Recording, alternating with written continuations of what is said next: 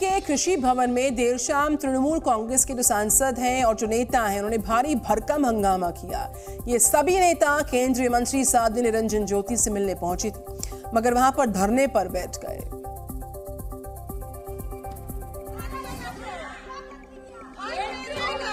TMC सांसद अभिषेक बनर्जी और महुआ मोहित्रा की अगुवाई में टीएमसी नेताओं का यह दल मनरेगा फंड के मुद्दे पर केंद्रीय मंत्री निरंजन ज्योति से मिलने पहुंचा था, मगर कृषि भवन पहुंचकर ये नेता धरने पर बैठ गए, जिसके बाद दिल्ली पुलिस ने उन्हें वहां से हटाने की कोशिश की तो जबरदस्त हंगामा शुरू हो गया। मामला इतना बढ़ गया कि महिला पुलिस को टीएमसी सांसद महुआ मोहित्रा को जबरन उठाकर बाहर ले जाना पड़ा। ये क्या हो रहा है?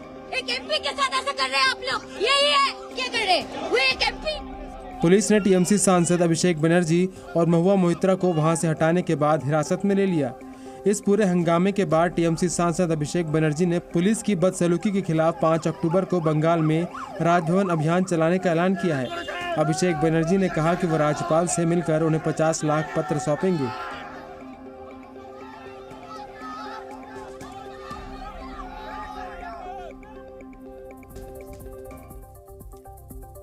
तो जाति पर राजनीति करने वालों पर पीएम मोदी ने करारा प्रहार किया है। छत्तीसगढ़ की रैली में पीएम मोदी ने कहा कि गरीब ही सबसे बड़ी जाति और आबादी है।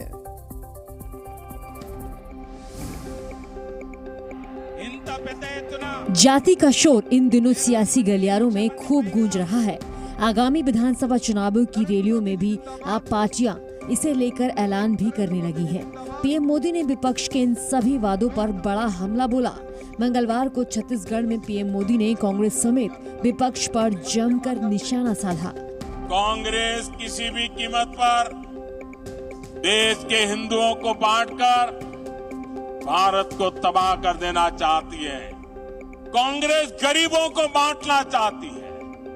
मोदी ने पिछले 10 साल में सारी योजनाएं ऐसी बनाई ताकि गरीबों में एक आत्मविश्वास पैदा हुआ है। उधर बिहार में सीएम नीतीश कुमार ने सचिवालय स्थित संवाद में जाति आधारित गणना की रिपोर्ट पर चर्चा की। 9 दलों की बैठक हुई, जिसमें बिहार जाति आधारित गणना 2022 की रिपोर्ट पर चर्चा हुई। तेलंगाना में मंगलवार को रैली के दौरान पीएम मोदी ने बीआरएस को लेकर कई सारे दावे किए। पीएम मोदी के इन सभी आरोपों पर बीआरएस ने पलटवार किया। मंगलवार को पीएम मोदी ने तेलंगाना में विशाल रैली की, जिसमें उन्होंने राज्य की सत्ताधारी पार्टी बीआरएस पर कई चौंकाने वाले दावे और आरोप लगाए। हम भी एनडीए का हिस्सा बनना चाहते हैं, आप हमें एनडीए में शामिल कर दीजिए। मैंने कहा आगे क्या? बोले हैदराबाद में म्युनिसिपल कॉर्पोरेशन में हमारी मदद कर दीजिए। मैंने केसीआर को कहा आपके कारनामे ऐसे हैं, मोदी आपके साथ जुड़ नहीं सकता है। पीएम के इस दावे पर राहुल गांधी ने हमला बोला और सोशल मीडिया एक्स के जरिए दोनों पार्टियों पर कटाक्ष किया। वहीं बीआरएस ने अपने ऊपर लगे आरोपों पर पलटवार किया। आप जब बात करते हो प्रधानमंत्री जी, सोच के संभल के करना, क्योंकि केसीआर फाइटर है, वो चीटर के साथ काम नहीं करते। तो भारत और कनाडा के रिश्ते में जारी तनाव अब नए लेवल पर पहुंच गया है। भारत ने कनाडा के 40 राजनयिकों को देश छोड़ने का आदेश दिया है। खालिस्तानी आतंकी हरदीप सिंह निज्जर की हत्या का आरोप भारत पर मरने के बाद से कनाडा सरकार लगातार बैकफुट पर है और अब भारत इस बेतुके आरोप पर बैक टू बैक एक्शन में है। भारत के कड़े तेवर से कनाडा के पीएम जस्टिन ट्रूडो के रुख में नरमी देखी जा रही है। अब जस्टिन ट्रूडो ने बयान दिया है कि हम भारत के साथ विवाद को आगे बढ़ाना नहीं चाहते। कनाडा सरकार भारत के साथ जिम्मेदारी से जुड़ी रहेगी। जस्टिन ट्रूडो ने मीडिया से बात करते हुए ये भी कहा कि भारत के साथ कनाडा के रिश्ते फिलहाल चुनौतीपूर्ण हैं, मगर कनाडा सरकार भारत के साथ काम जारी रखने की कोशिश करेगी। जस्टिन ट्रूडो का ये बयान तब आया जब भारत सरकार ने बड़ा एक्शन लेते हुए कनाडा को अपने 40 राजनयिक वापस बुलाने का आदेश सुना दिया।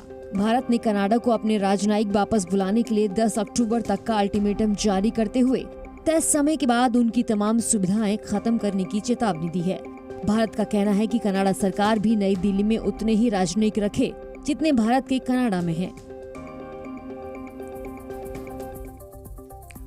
कांग्रेस सांसद राहुल गांधी के स्वर्ण मंदिर जाने पर जो सिख गुरुद्वारा प्रबंधन कमेटी है वो सवाल उठा रही है। ये पूरा मामला जो है इसमें एसजीपीसी के जो सेक्रेटरी हैं उन्होंने सवाल किया है कि 1984 दंगों के दोषियों पर राहुल गांधी क्यों नहीं बोलते हैं। पंजाब दौरे पर गए राहुल गांधी इन दिनों अमृतसर के स्वर्ण मंदिर में सेवादारी कर रहे हैं, मगर राहुल के गोल्डन टेम्पल आने पर सिख गुरुद्वारा प्रबंधन कमेटी ने नाराजगी जताई है। एसजीपीसी की तरफ से कहा गया कि राहुल की सेवा पर कोई सवाल नहीं है, लेकिन उनकी दादी इंदिरा गांधी ने जो किया था उसके लिए वो माफी मांगे और 1984 दंगों के दोषियों के बारे में बताएं कि राहुल के मन में क्या है। हालांकि कांग्रेस की तरफ से पहले ही कहा जा चुका है कि राहुल गांधी का पंजाब दौरा राजनीतिक नहीं बल्कि पूरी तरह निजी है। राहुल गांधी 2 दिनों से स्वर्ण मंदिर पहुंच रहे हैं, वे मत्था टेक कर सेवा कर रहे हैं। पहले दिन सोमवार को उन्होंने जूठे बर्तन धोकर और श्रद्धालुओं को पानी पिलाकर सेवा की, तो वहीं दूसरे दिन मंगलवार को राहुल गांधी ने लंगर घर में महिलाओं के साथ सब्जी काटी और फिर हॉल में जाकर लंगर भी बांटा। इसके बाद राहुल ने श्रद्धालुओं के जूते संभालने की सेवा भी की, मगर राहुल की सेवा से एसजीपीसी का दिल नहीं पसीजा। एसजीपीसी का कहना है कि ये पश्चाताप नहीं है। तो मध्य प्रदेश चुनाव की तैयारी में कांग्रेस है बीजेपी के साथ साथ कदम से कदम मिलाकर चल रही है। हालांकि जहां तक उम्मीदवारों के नाम के ऐलान की बात है तो कांग्रेस ने अब तक एक भी सूची जारी नहीं की है।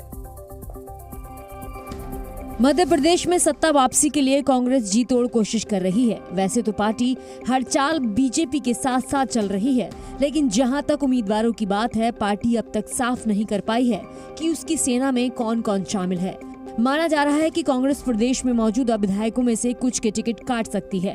जिन मौजूदा विधायकों के खिलाफ एंटी इनकम्बेंसी की रिपोर्ट आई है, पार्टी उनके इलाके में दोबारा सर्वे करवाएगी। सर्वे रिपोर्ट आने के बाद ही सीटों पर उम्मीदवार फाइनल होंगे। मंगलवार को कांग्रेस की स्क्रीनिंग कमेटी की बैठक हुई, जिसमें कई बड़े नेता शामिल हुए थे। बैठक में मौजूदा विधायकों की सीट को लेकर चर्चा हुई। मध्य प्रदेश में कांग्रेस के करीब 98 विधायक हैं।